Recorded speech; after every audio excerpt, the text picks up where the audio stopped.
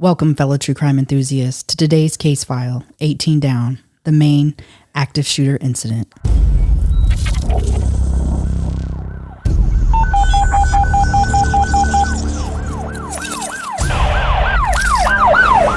75-year-old male, 211 Silver Hollow Road, between Lane Road and Cross Patch Road.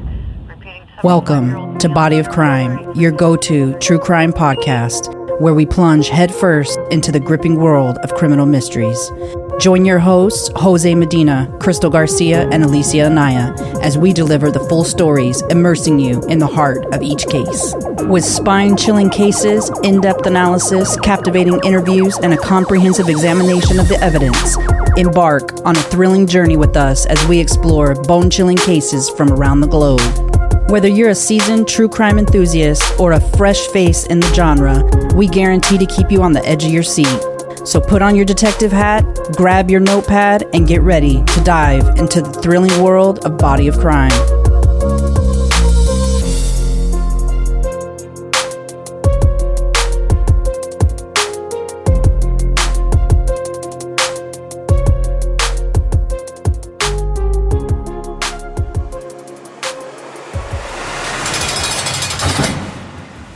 Breaking news as we come on the air tonight. A massive manhunt underway hours after a mass shooting in Lewiston, Maine, home to Bates College. It left at least 20 believed dead and dozens more injured.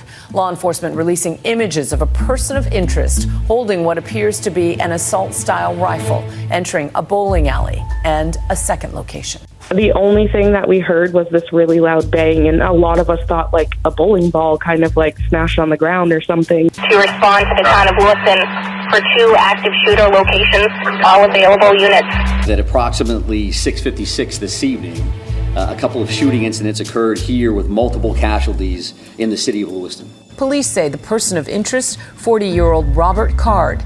Card is considered armed and dangerous. He is a person of interest, however, and that's what we'll label him at moving forward until that changes.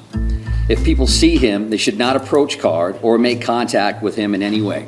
As October 2023 was nearing its end, most people were thinking about Halloween on the evening of October 25th.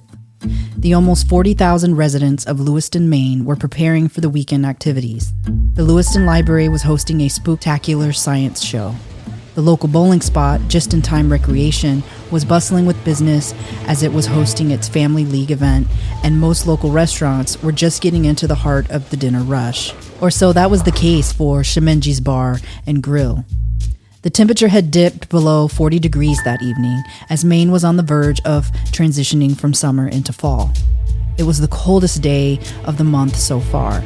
Bob, who was 76 and just days away from turning 77, loved bowling almost as much as he loved his wife, Lucille Violet, or Lucy, who was 73 years old. Together, the Violets taught the Wednesday Youth Bowling League. The thundering roar of bowling balls likely reverberated through the building, with 22 lanes of fun for families to enjoy. The bowling alley had recently remodeled, adding a bar and grill, making it a favorite hangout for many Lewiston residents. 4.2 miles away on Lincoln Street, Shemenji's Bar and Grill restaurant buzzed with excitement. Shemenji's was more than a bar and grill, though. With billiards, dartboards, and other fun activities, it was a fun-for-all location where groups were able to host events such as parties and social gatherings. On this Wednesday, several members of the Maine deaf community, to include 36-year-old Joshua Seal, who was an American Sign Language interpreter and the director of interpreting services for Pine Tree Society, was participating in a cornhole tournament at the restaurant. On a night that was so full of fun, laughter, and enjoyment, no one could have predicted the unimaginable tragedy that was preparing to unfold as U.S. Army reservist Robert Card, with a newly purchased Ruger small-frame auto-loading rifle, an AR-10 framed rifle that's light and mobile with extended magazines, made his way through the city of Lewiston, and he was headed to Just in Time Recreation, a location he was familiar with, as Card liked to bowl on his free time. He arrived at 6:56 p.m. that evening, and then everything changed. Lewiston, Maine is the second most populated state in Maine, with about 38,000 residents. The town was founded in the late 1600s along the Androscoggin River, lying between the state's capital in Augusta and Portland, Maine's largest city. Settled by Irish immigrants and with a large Syrian immigrant population, it has grown to be a diverse metropolis with a low cost of living, substantial access to healthcare, and a low crime rate. That is why what occurred on October 25th of 2023 was so devastating to the community. As the town went about their normal activities, approximately an hour after sunset, an inconspicuous 40-something-year-old pulled into the newly rebranded Just-in-Time Recreation Bowling Center, formerly known as Spare Time, at 24 Mollison Way in Lewiston. He parked his white 2013 Subaru Outback and grabbed his newly purchased Ruger SFAR with extended magazines before walking into the bowling center. In a flash, the festive atmosphere transformed from celebratory to chaotic as a 5'11", 230-pound Army reservist wearing a brown hoodie sweatshirt, dark pants, and light shoes took a military stance as he entered the bowling alley and opened fire. Immediately, laughter turned to screams, smiles into fear. The distinct sound of semi-automatic gunfire sent everyone running for their lives that would be forever altered. As the timeline began to unravel, a story began to develop. At 6:56 p.m., the first 911 call was received about a shooting at the bowling center. 2 minutes later, at 6:58 p.m., 4 plainclothes police officers rushed to the scene from a nearby gun range when they heard the gunfire. When they arrived, the gunman was gone. By 7 p.m., additional police units were arriving at the bowling alley, and by 7:08 p.m., state troopers were arriving on the scene. As law enforcement and emergency services raced to the scene, many hoped that the shooter had been stopped, apprehended, or killed. What they didn't know is that the shooter wasn't done. At 7:10 p.m., state police received a report of a shooting at Shemanji's Bar and Grill. A short drive from the Just-in-Time Recreation Bowling Center, Shemanji's Bar and Grill was hosting a cornhole tournament, and a large part of the Maine deaf community was in participation. The shooter pulled into a parking stall, parking his white Subaru, changed magazines before entering the smaller venue of the Bar and Grill, void of remorse and of any humanity. He began targeting innocent individuals at random. Police and first responders began arriving at Shemanji's at 7:13 p.m., but the shooter had already left. They worried that he might be heading to a third or maybe a fourth target location. By 8 p.m., the Maine State Police issued an alert of an active shooter warning residents to shelter in place and lock their doors. The photo of the shooter began circulating, and now police had an idea of who they were looking for. At 8:26 p.m., the neighboring city of Auburn issued their alert for their residents to shelter in place. The gunman was still loose and potentially targeting other local venues.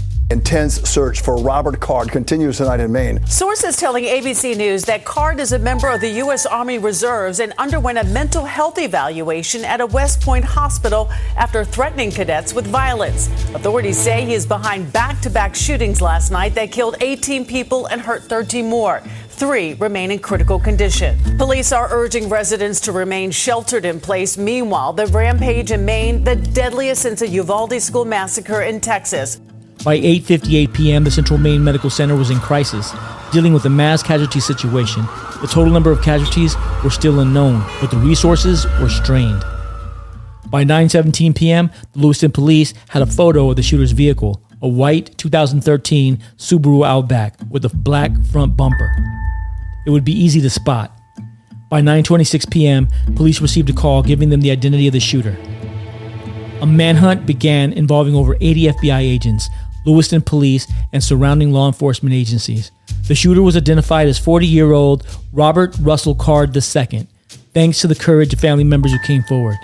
By 9:56 p.m., his car was located at the Paper Mills Trail and Miller Park Boat Launch in Lisbon, and the shelter-in-place order was extended to Lisbon as well. The car that was found came back registered to Card. As surrounding communities remained in lockdown for their safety, the manhunt intensified, and the terrifying hunt for the perpetrator played out. By 10:52 p.m., Card's image was splashing across digital screens nationally, as everyone was warned of the armed and dangerous shooter. The search for Card would ultimately lead to a grim discovery when Card was found dead, with a self-inflicted gunshot wound on Friday, October 27, 2023, at approximately 7:45 p.m. near the Androscoggin River in the recycling plant in Lisbon Falls, Maine. Robert Card reportedly now found dead after being accused of carrying out the deadly mass shooting here in Maine. Robert Card is alleged to have opened fire at Schmenge's Bar and Grill in the Just-in-Time Recreation Bowling Alley Wednesday evening in Lewiston, a city of about 37,000. 18 people were killed, authorities said, and all of those individuals have now been identified. The development comes after that massive manhunt described by Maine's public safety commissioner as a full court press to find him. He had recently been terminated from his employment at the recycling plant center.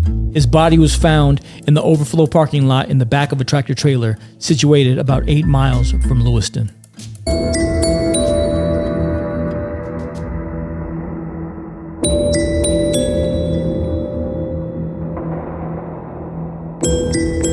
So some of the times might be just a tad off only because times have been being changed as official times are coming out with timestamps of arrivals on scene and even the time differences. So some of the reporting is coming through local time. Some of the reporting is coming through at, whatever reporting outlets reporting in their area. So if the times are a little bit off, that's why.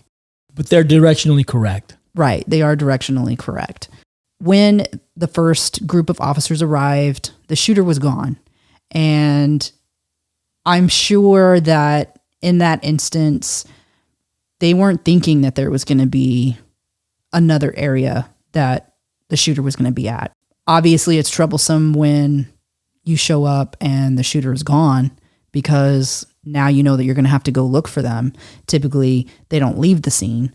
So I don't think they were prepared for there to be another location.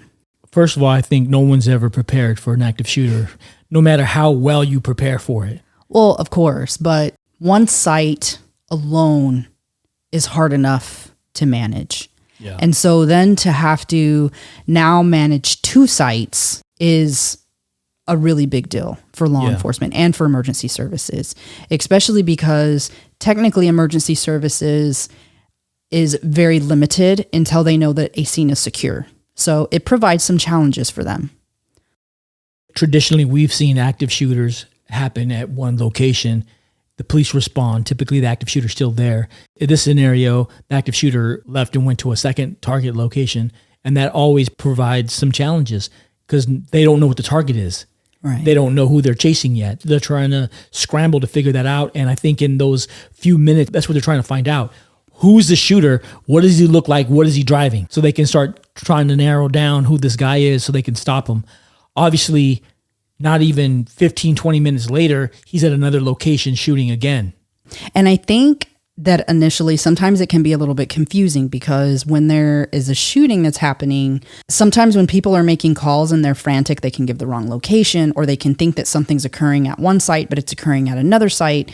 And so I think there could have been a little bit of confusion there as well because they knew for sure they already had this situation over here at the bowling alley. I think that when the calls first started coming in for the bar and grill, that was probably a little bit kind of like, well, is something really going on there? Or are they misreporting? They did a good job with their response. They had a good response time. They immediately called in, which in most areas as part of their emergency management structure, their response structure, they're going to bring in outlying agencies. So they would have already, for one incident, started getting people in from other agencies.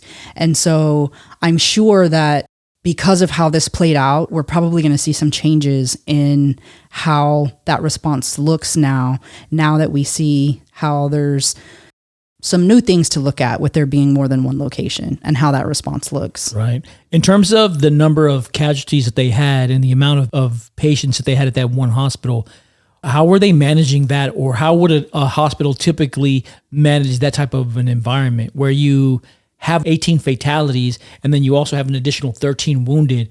It's overwhelming the medical system. What does that typically look like? A mass casualty incident for a hospital is anything that taxes their resources, whether that's people, equipment, anything of that nature. And so If you were to walk into an ER, they're staffed for a normal ER night at a hospital. And depending on the level that they are, so different hospitals are graded at different levels based on their capabilities. So level 1 trauma center is the best that you can get. They have a requirement to have certain people on staff at all times so they can deal with emergent trauma situations with patients when they come in. So in a situation like this with gunshot wounds, they're going to be looking for a level 1 trauma center. That's going to be the first thing. They're also going to be looking for who can handle how many patients at one time. So a lot of things would be happening simultaneously as they're getting word of what's happening. So they would start staffing up their ER. They would pull people in from other areas in the hospital. They would start opening up other areas to allow for more room in the ER. They would quit bringing people back in the ER who aren't truly emergent patients.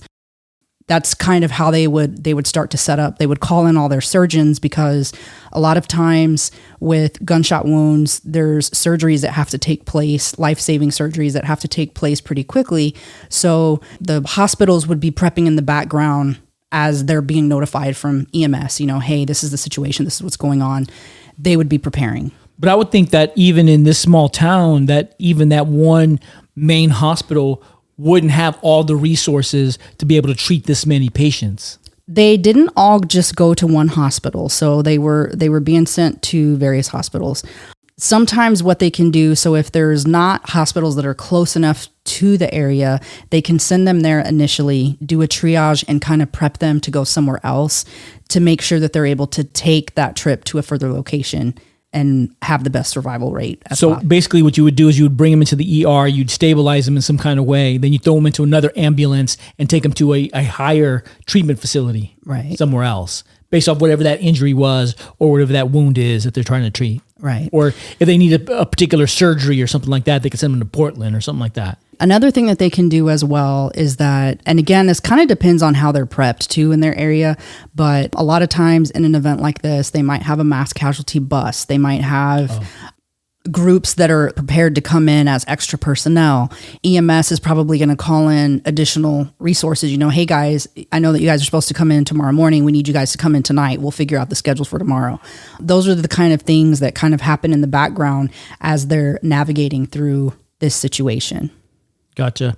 One thing that you can see when the shooter comes in, if you look at the images that were released, is that he does have a military stance.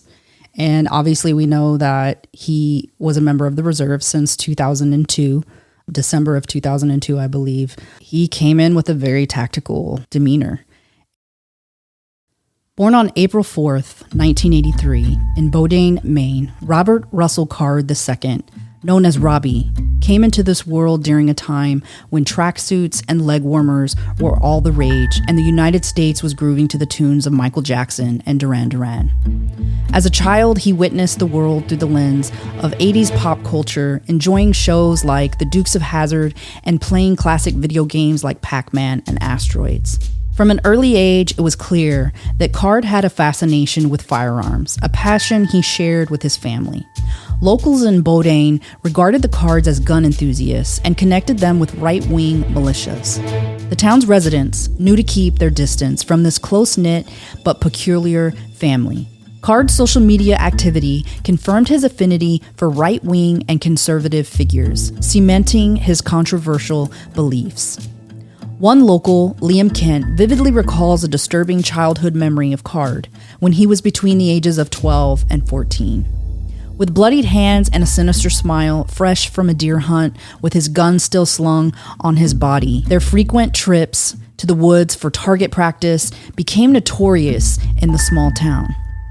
In December 2002, Card enlisted in the United States Army Reserves as a petroleum supply specialist, an entry-level position that raised questions about his motives. He also started college, but it remains unclear whether or not he completed his engineering degree. 2 years later, at the age of 22, he tied the knot with Kara Leslie Lamb, who soon gave birth to their son, Colby. Unfortunately, their marriage would unravel just as quickly as it began, just 2 years later. According to a former battle buddy, Clifford Steves, who served with Card in the early 2000s, he was a natural in the woods and boasted incredible marksmanship skills. Over time, Card climbed the ranks, earning the enlisted title of Sergeant First Class, or E7, stationed in Saco, Maine. His military service resulted in several awards, including the Army Achievement Medal, the Army Reserves Achievement Medal, and more. Although Card had no prior criminal record, he had drawn the attention of law enforcement. There was a statewide alert issued weeks before this fateful incident. Card had verbally threatened to launch an attack on his main base, prompting a frantic search by local authorities. He was subsequently admitted for psychiatric evaluation and spent 2 weeks as an inpatient at the United States Military Academy, West Point. Surprisingly, the military failed to report his concerning episode to the FBI. Adding to the growing list of red flags, Card had attempted to purchase a silencer months before the tragedy. The gun shop owner, however, declined the request, considering his answers to questions regarding mental health commitments. It remains unclear if this information ever found its way into the FBI's database. To those who knew Card, they would describe him as a quiet, kind-hearted individual. With recent events, though, we must wonder how much of that was a meticulous facade, a show for those who knew him. Was he a man vexed with psychiatric issues, suffering from some type of mental disorder or chemical imbalance? Was the death of 18 Lewiston, Maine residents a direct result of a mental breakdown? Or was Card a killer struggling to keep his anger and rage at bay in an attempt to appear normal? He had been hospitalized recently. He had lost his job at the recycling plant, and his girlfriend had ended things with him, which he was taking particularly hard. Did Card snap? Or did he premeditate the murder of 18 innocent lives?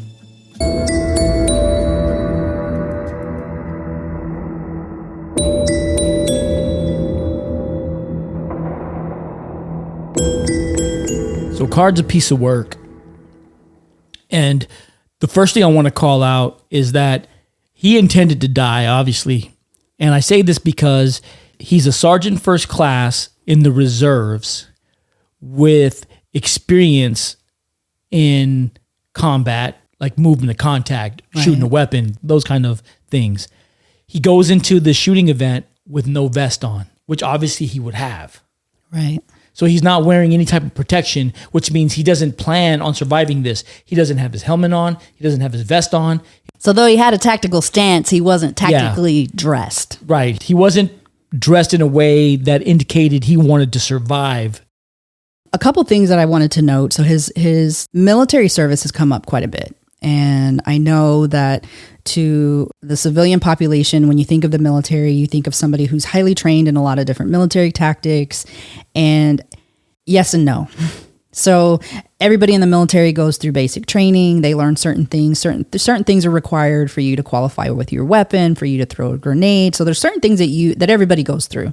But dependent on your job and dependent on whether or not you're National Guard, Reserve, or active duty, it's very different as to how much you're exposed to and how much of that training and that tactical experience you actually get, even throughout the years.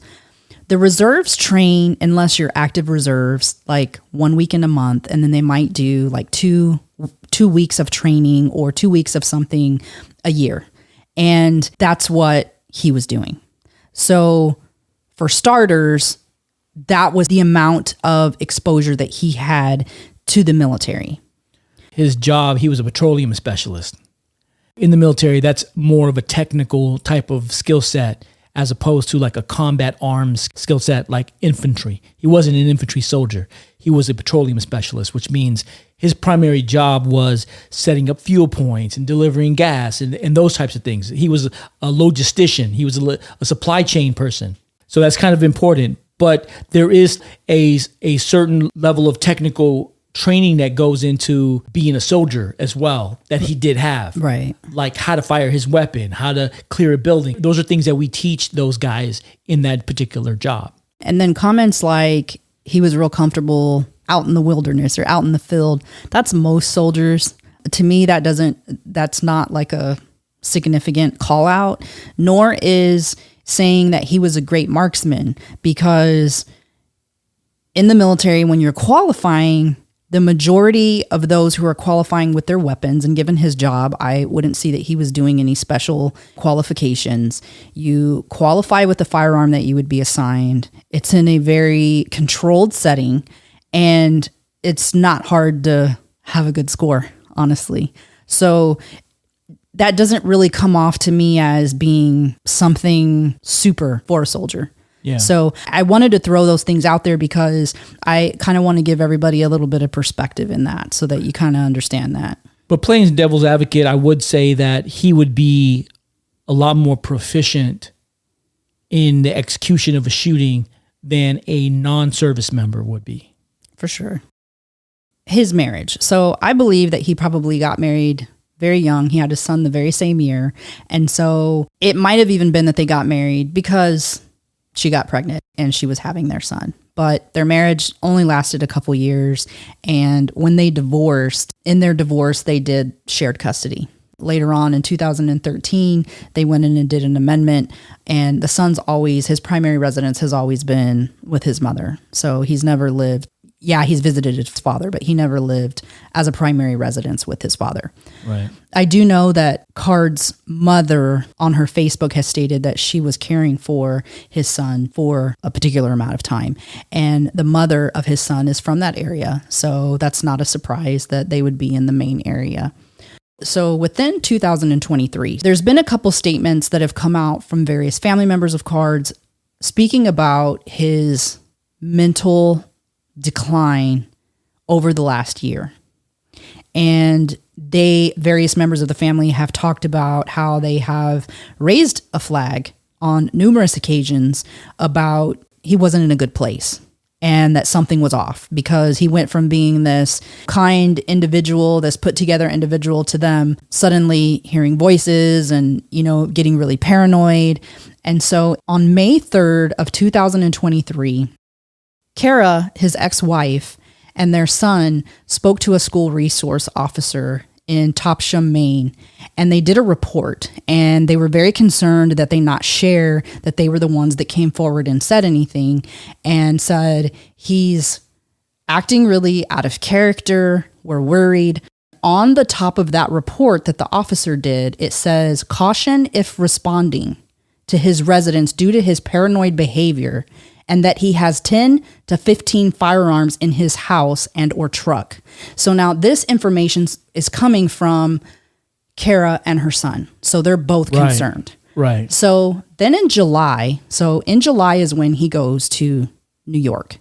And I'm not sure if he did the firearm purchase, this particular one, before he left Maine, or if he did this in New York. But in July, sometime in July, he legally purchased the Ruger that's found in his vehicle. And this was within 10 days of him being admitted to a hospital later. Right. So then what happened there is that then on July 17th, so that same month, he gets into it with another member of his unit. And he starts accusing him of calling him a pedophile and just some other things. They kind of get into a little bit of a physical altercation. And when that takes place, the unit decides to raise a flag and they actually call the police in. So he's away from his reserve element in Maine. He's in New York near West Point. And so they call the police and the police come in. The police pick him up. The police take him to the hospital and he's released that next morning. But when he's released that next morning, he's still saying things and still making like these threats. And so the unit's like, hey, he needs a command referral. So they do a command referral for him to go see a military psychologist. What is a command referral? A command referral is done when you believe that there's a concern that somebody is having some type of mental breakdown. It's a safety concern to either themselves or other people. This is the commander of the person. They have the authority to say, I think you need to be over in this situation. And then they refer them in that manner, right? Right. And so in doing that, when the psychologist talks to him, of course, the psychologist is like, he's really got something going on. We need to admit him. So there's not a lot of people that are admitted to an inpatient psych facility. That is uncommon. So a lot of times they'll do like a 72-hour hold where, you know, they want to make sure that you're good and then they'll let you out. They don't have a significant reason to keep you there. So for him to be there for 2 weeks is significant. That's a significant flag to me. Now, to top that off, so he's there for 2 weeks. Now, this is while he's in New York. So he comes back to Maine, and his reserve command in Maine contacts the sheriff's department and tells the sheriff's department, hey, we want you to do a health and welfare check. We're concerned about him. So still, they're seeing these signs that something's up with him. And the command team who did the command referral, when he starts making some of his threats and talking about shooting up the base, he makes a comment that, oh, it's your fault that I can't purchase a firearm now. So during this time, they did what's called a File 6 in Maine. And what a File 6 does in Maine is it alerts law enforcement that this individual is suffering from some type of temporary psychotic episode so that for their safety, that, you know, hey, be aware. If you pull him over, whatever, just be aware. Right. So it's a caution. Right. To me, that should have some linkage to the yellow flag law that Maine has. And the reason is What's because the yellow flag law? So the yellow flag law, so first of all, Maine is the only one who has a yellow flag law. Nice. The other states who have these laws are red flag laws. So Maine wanted to have one that was less restrictive. And every state's a little bit different, but the gist is this. For the red flag laws, generally a family member or law enforcement can take an action, and typically it's done through a judge where your firearms are removed from you for a certain period of time. The period of time, all of those things depend on the state. Now, Maine didn't want to allow for family to be able to come forward and say, hey, you need your firearms removed and go to a judge. So they wanted that to not be so easy. So they made it to where it had to be law enforcement. And in addition to that, they also have a stipulation where you also have to have a medical consult before it even is pushed to the judge. So it has to go through the police, and then they push it to the judge after the person has been seen by a medical professional. Right. I'm not sure. To protect the Second Amendment rights. Right. Yeah, I gotcha. But I'm not sure why, when they did this File 6, especially given the things that were said by him, such as he was going to shoot up his base.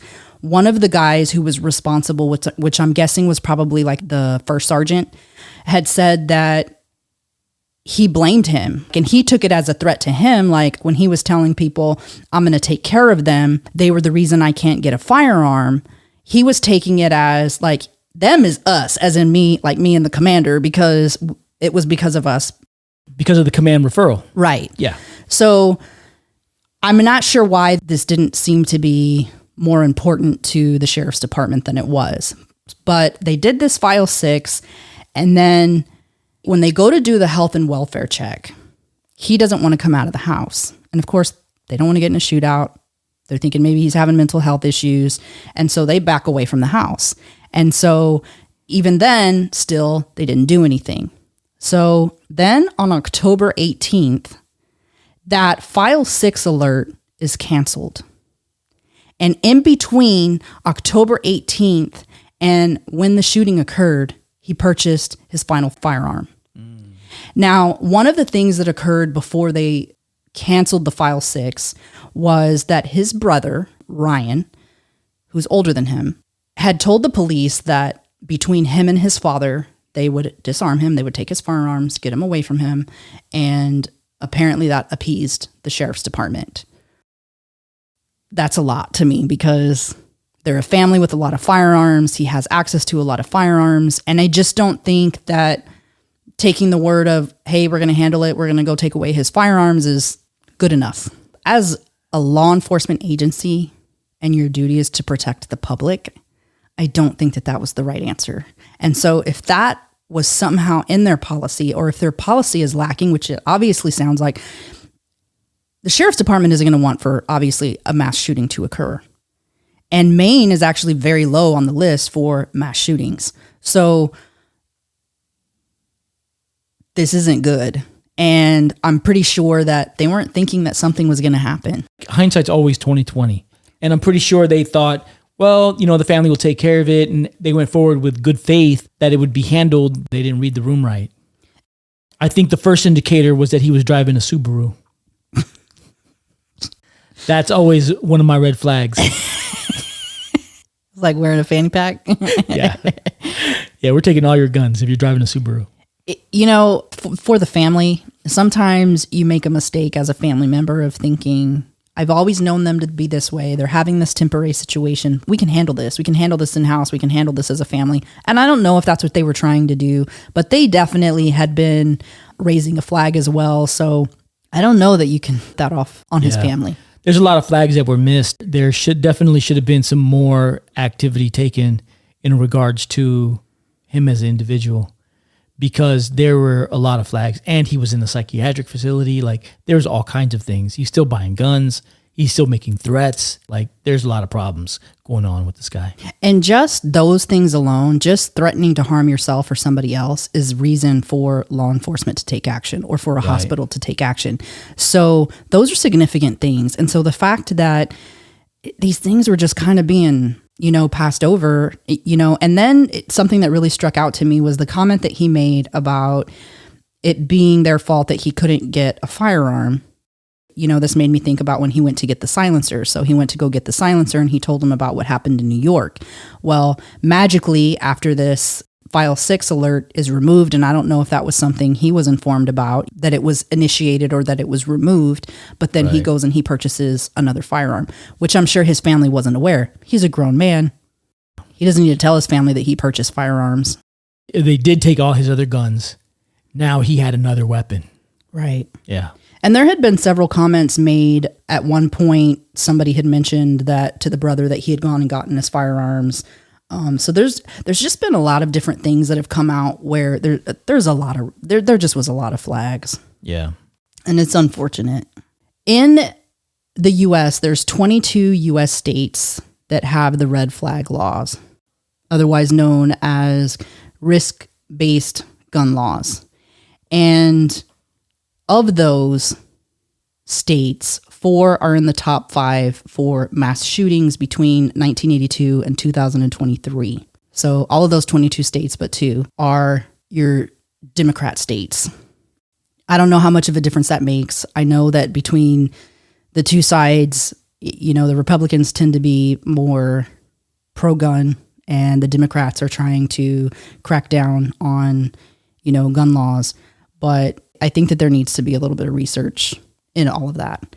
There is one state out of all of the states who has refused to not only consider red flag laws, but who actually created a law against any type of action similar to a red flag law, and that's Oklahoma. So in the state of Oklahoma, it is illegal for them to try to do anything that would basically disarm somebody for a reason that, like, one of the red flag laws would cover. Right.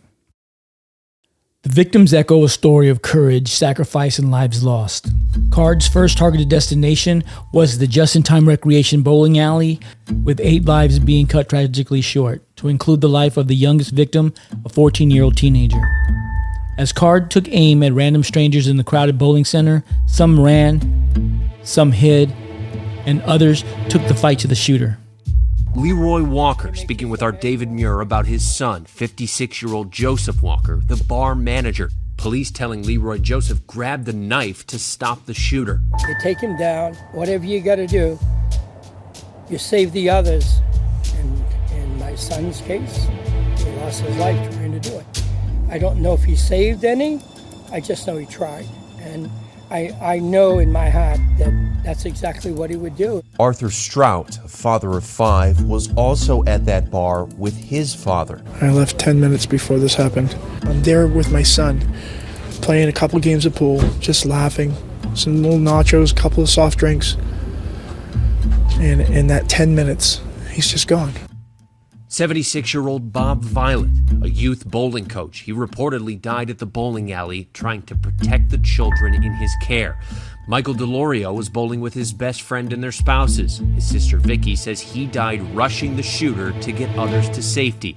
And also being remembered, Peyton Brewer Ross, a new father who co-workers say was loved by his community. And the bowling alley's new manager, Tommy Conrad, survived by his 9-year-old daughter. Along with Stephen Vozella and Bill Brackett, who were part of a gathering of deaf people playing cornhole. Some of the wounded are now speaking out. Jennifer Zanka says her back was to the shooter when he opened fire, shattering the bone in her arm. I got hit, I think, when I went to the ground, and then I stood up and followed one of the other girls. She knew how to get out the back way. The retired nurse says doctors tell her she will recover. Her daughter with her at the hospital. I just didn't think she was even going to be alive or that I'd ever get to see her again. Tommy was one of the fighters. 34-year-old Thomas R. Conrad, or Tommy as they called him, was in the middle of preparing for a pumpkin carving contest he had coordinated for the children when he was gunned down as he heroically attempted to stop the shooter, placing himself between the shooter and the children that were in the bowling alley. He was not just a dedicated manager for the bowling alley, he was also a U.S. Army veteran who had bravely served in combat tours in both Afghanistan and Iraq. Little did he know that his final battle would be fought against a fellow soldier in arms, his courage unmatched against the assailant's assault rifle. Tommy leaves behind his cherished daughter and daddy's girl, Caroline. Then there's 53-year-old Trisha Asseline, or Trish as they called her, who was a part-time employee at the bowling center, but she wasn't working that night. That night, she was at the bowling alley with her sister when the shooter opened fire. She reacted without thought for her own safety and began dialing 911 in an attempt to save lives. But before she could, she was gunned down by the shooter. Trish was described by her mother as a truly selfless and wonderful person, a loving mother, a sister, and a best friend anyone could hope for. Best friends, 51-year-old Michael DeSlores II and Jason Walker, ensured that their spouses were safe before making a plan to confront the shooter and disarm him. Their valor came at a tragic cost as they fell victim to the senseless violence.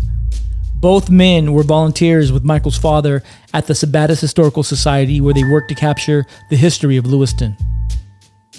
Husband and wife, 76-year-old Bob and 73-year-old Lucille, or Lucy, Violette, were doing what they loved most, teaching young people the art of bowling. Their devotion to the sport placed them directly in the line of fire that night. Bob was recently inducted into the Maine Bowling Hall of Fame and was a retired Sears mechanic and had been killed trying to protect those around him at the time of the shooting. He was a dedicated youth bowling league coach, while Lucy served the Lewiston Maine School District for about 5 decades. Their legacy lives on in their 3 sons, a daughter-in-law, and 6 beloved grandchildren. The couple had been together for almost 50 years. Then there's 44-year-old Bill Young, an auto mechanic, and his 14-year-old son, Aaron Young, a sophomore in high school, who were enjoying a father and son getaway at the bowling alley. They were both part of the Youth Bowling League. Their lives were tragically cut short, leaving behind Bill's wife and Aaron's mother, Cindy, along with Bill's 2 daughters and Aaron's sisters, Lauren and Kayla. Less than 5 miles away from the Just-in-Time Recreation Bowling Center, Shemenji's Bar and Grill was bustling with activity, with members of the deaf community in attendance, participating in a cornhole tournament. Here, the shooter, his bloodlust unquenched, parked his white Subaru and continued his ruthless rampage, changing magazines and walking into Shemenji's Bar and Grill and targeting innocent individuals at random. 57-year-old Joseph Walker, affectionately known as Joy, was the manager of Shemenji's and the son of City Councilor Leroy Walker. Leroy would describe his son as a good kid who never got in any trouble. He displayed incredible courage as he charged the shooter armed with only a butcher knife, knowing that a significant number of patrons were deaf. Joey's bravery was unwavering, but he was tragically shot and became one of the first casualties. He leaves behind a wife, children, and 2 grandchildren. Another victim was 36-year-old Joshua Seal, an American Sign Language interpreter for the deaf and the director of interpreting services for Pine Tree Society. He was one of the lead deaf interpreters for Governor Janet Mills during the pandemic, and then served as a deaf interpreter for the Biden administration. He had done distance interpreting for Kamala Harris over the past 2 years. He was a husband and a father of 4. He was at the venue to support the Cornhole Tournament and the Deaf League, likely using his skills to warn those who couldn't hear that danger was approaching. Joshua's untimely death leaves his 4 young children without a father, while his best friend and wife, Elizabeth, face a future forever altered. 45-year-old Steven Vozella, or Steve, was a beloved member of the New England Deaf Cornhole League community and dedicated 20 years of his life to the USPS. He was a former student athlete who enjoyed baseball and basketball. Tragically, he fell victim to the senseless violence while competing in the cornhole tournament, likely before he even realized what was happening. Steve leaves behind a best friend and a wife, with plans to celebrate their one-year anniversary on November 12th. Another deaf participant, 40-year-old Brian McFarlane, was determined not to let his hearing impairment define him. He was the first deaf person in the state of Vermont to receive a commercial driver's license, a CDL. A remarkable achievement he wore with pride. Brian had recently returned to Maine and dropped in to visit his mom before heading to the tournament that night. 48-year-old William Frank Brackett, known as Billy Brackett, was a natural athlete. He was deeply engrossed in the competition when tragedy struck. He enjoyed fishing, hunting, darts, and cornhole. Billy leaves behind his best friend and wife, Christina, and their 2.5-year-old daughter, Sandra, who will never again experience life with her loving father. Tragically, the 3 deaf victims, Steve, Brian, and Billy, would have been unaware of the impending danger that night. 39-year-old Peyton Brewer Ross was a former wrestler who was actively participating in the cornhole tournament. He cherished the evening's festivities. He worked at Bath Iron Works for the last 5 years as a pipe fitter, after completing an intensive apprenticeship program, and was a member of the pipe shop test crew. Peyton leaves behind his best friend and partner Rachel and their 2-year-old daughter Peyton.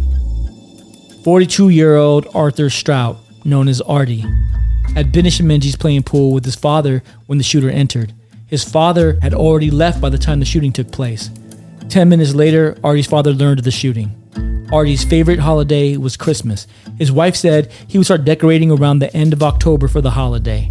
They shared a blended family of 5 and decorated the tree together.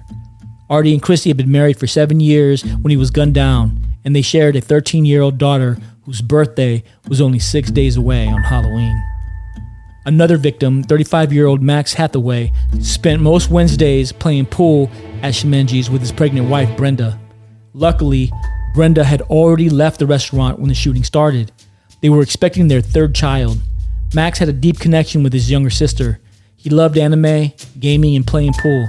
He was a full-time dad who always had a good attitude and was down to earth and loved being goofy. Then there's 55-year-old Ronald Morin, affectionately known as Ron. Ron was a husband and a father of 2 with an infectious personality who loved being funny and making others laugh. He was cherished for his humor, positivity, and boundless love. His son Eric would refer to him as his best friend. He had a way of making other people's days better.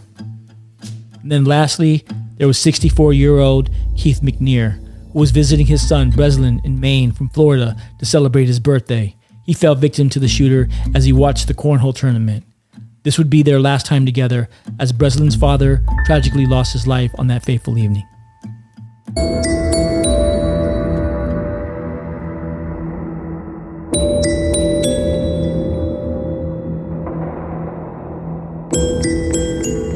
Just tragic. Very.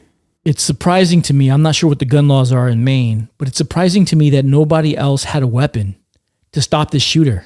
So in the state of Maine, for those that are older than 21 and those that are 18 and above who also are in the military are allowed to carry a concealed handgun without a permit. Maine became a permitless carry state about the end of 2015. Permits are required to carry concealed in places where it would otherwise be prohibited. Residents can also apply for a permit to carry with them when they travel to other states that recognize reciprocity.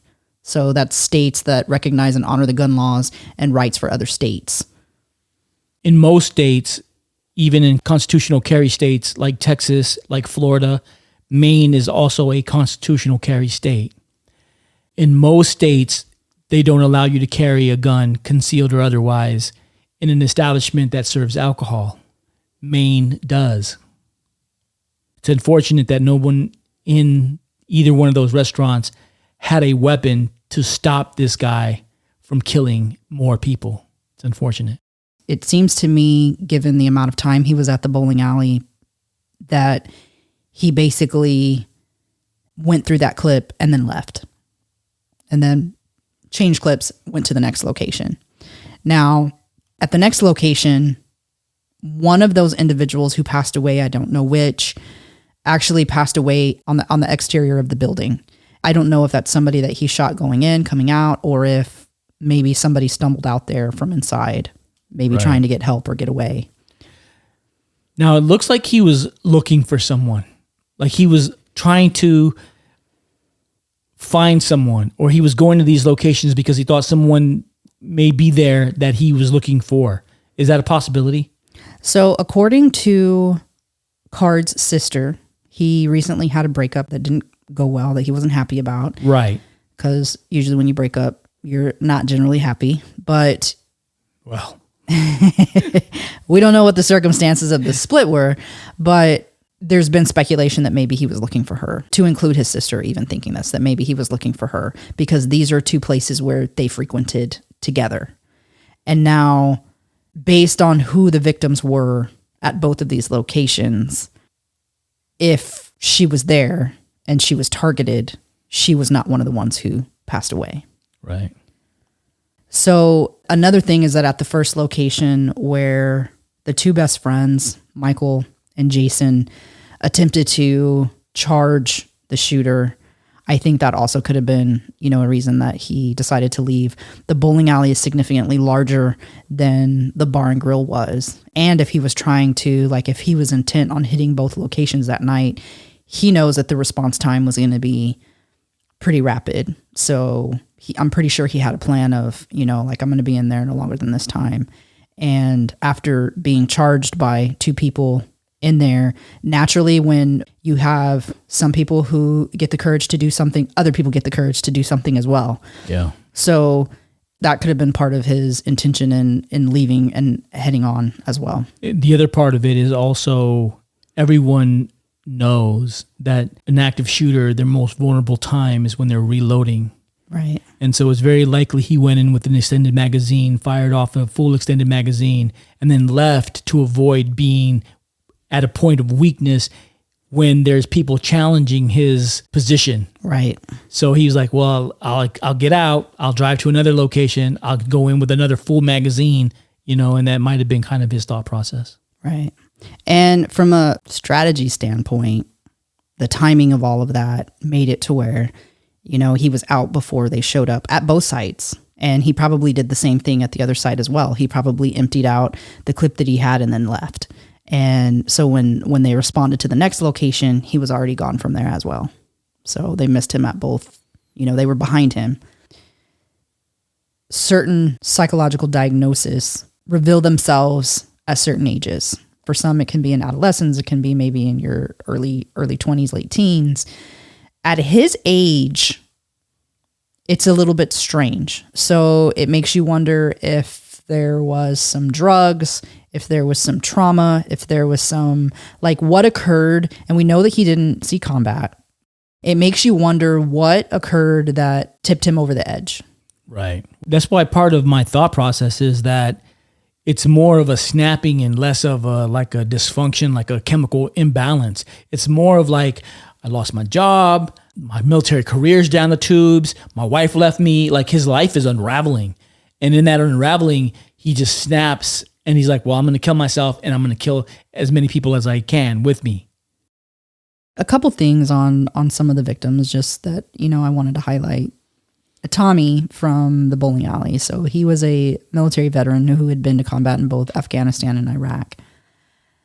I know that his first instinct would have been to try to take him out. It's what we call closing the gap. And it's unfortunate that you make it out of two war zones to come home and be killed by another soldier. In a bowling alley. In a bowling alley. When I've done active shooter training and drills with people, I always tell them that, a lot of people think that they're going to be one of those. So a lot of people will say, oh, I'll be the fighter. And even in a realistic training scenario, I would have people all the time who would respond completely different than what they thought they would. And I think it's very important that in a situation like this, that you be the very best one of those that you are and embrace it, whether you're a runner, you're a hider, or you're a fighter. Don't try to be something that you're not, because it's not you. So be Right. the best you. And if you can hide. If you can run, and if that's you, if you're the fighter, then fight. And one thing that's important to understand, and we see it in this case, we see a couple fighters Right. that try to stop or try to subdue the shooter. And we have to remember that there's a time to try to stop the shooter, and there's a time to not try to stop the shooter, because you're not going to be able to close that gap. If he's actively shooting his weapon in your direction, charging a firing weapon is not the best option. Right. So that's why charging when he's reloading is the best time to attack and fight. Right. Which I don't think that he did. No. And so because that didn't happen, there was never a good time to fight. You were always at risk going into a fighting situation with this individual who had a weapon. And generally with active shooters, they're generally not targeting a specific individual. In cases where they may shoot people till they get to the person that they're looking for, but generally they're shooting whoever is out in the open. So if you're trying to get in front of them, or if you're not paying attention and you just happen to be in that line of where they're walking. He was alone. He went into the first place was a large area with a lot of people, and so he definitely would have been outnumbered. Definitely taking time to reload would have been compromising for him.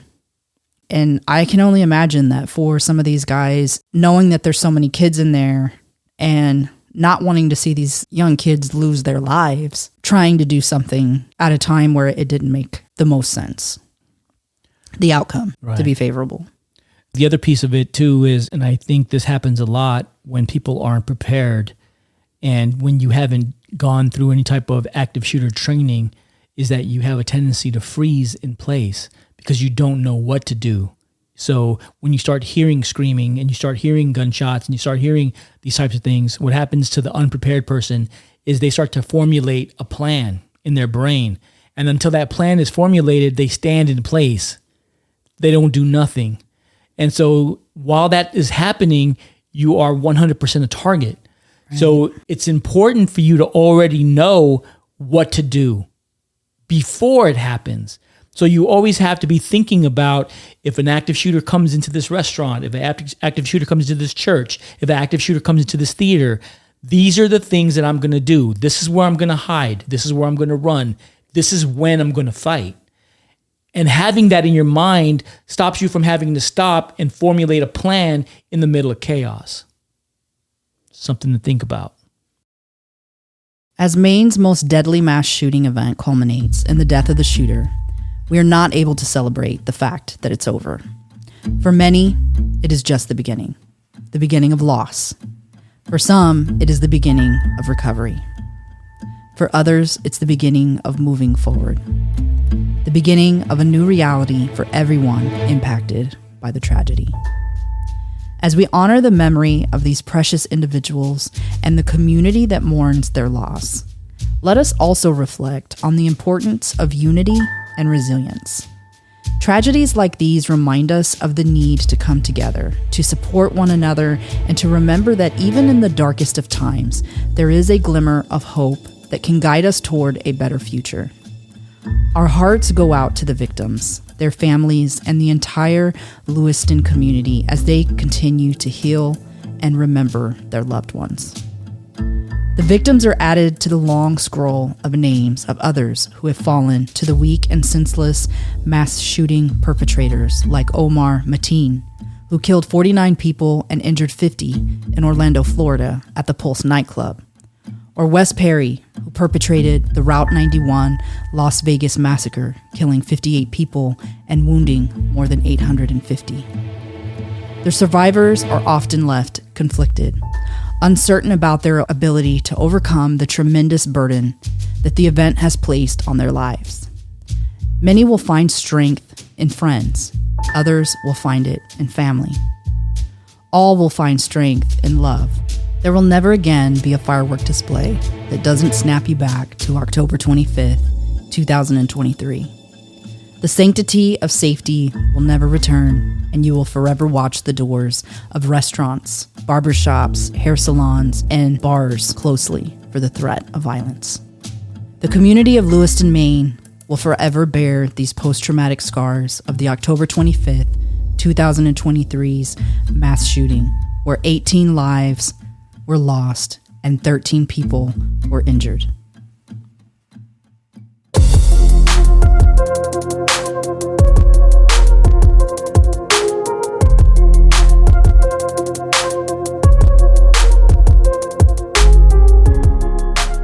And that's a wrap on today's investigation, fellow detectives.